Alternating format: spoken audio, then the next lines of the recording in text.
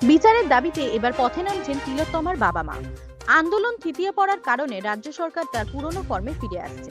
মেয়ের মৃত্যুর ঘটনায় যারা অভিযুক্ত সেই বিরূপাক্ষ বিশ্বাস অভিক দেখে সরকার তাদের পদে ফিরিয়ে আনতে চায়, এমনটাই মনে করছেন তিলোত্তমার বাবা মা। বৃহস্পতিবার সকালে পানিহাটির নাটাগড়ের বাড়িতে সংবাদ মাধ্যমের মুখোমুখি হয়ে তিলোত্তমার বাবা মা বলেন, এই ঘটনায় যারা অভিযুক্ত বিরূপাক্ষ বিশ্বাস অভিক দেখে সরকার আবার ফিরিয়ে আনছে। সংবিধান দিবসের দিন বিধানসভায় গিয়ে বিরোধী দলের বিধায়কের সঙ্গে দেখা করেছিলাম, সেটা অনেকেই ভালো চোখে নেয়নি। উল্টে তাদের ওপর রাজনৈতিক রং লাগানোর চেষ্টা করা হচ্ছে। প্রসঙ্গত, তিলোত্তমার মৃত্যুর পর কেটে গেছে 119 দিন, কিন্তু এখনো বিচার মেলেনি।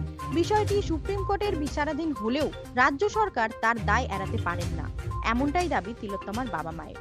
তবে এখনো তারা বিচার ব্যবস্থার উপর আস্থা হারাচ্ছেন না। বিচারের দাবিতে তারা আন্দোলন জারি রাখার বার্তাও দিলেন। আগামীকাল জুনিয়র ডাক্তার ফ্রন্টের তরফে প্রতিবাদী মিছিলের ডাক দেওয়া হয়েছে। সেই মিছিলে উপস্থিত থাকবেন তিলোত্তমার বাবা মা।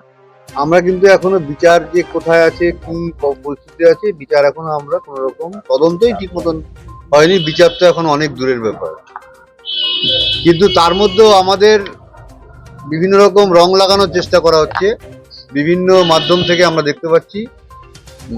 কিন্তু সত্যি কথা বলতে কি, আমরা সমস্ত বিষয়ে আমরা বিধানসভায় গেছিলাম, সেই ব্যাপারটা অনেকে ভালো চোখে দেখেনি। আমরা কিন্তু বিধানসভায় গেছিলাম একটা পরিষ্কার কথা বলতে,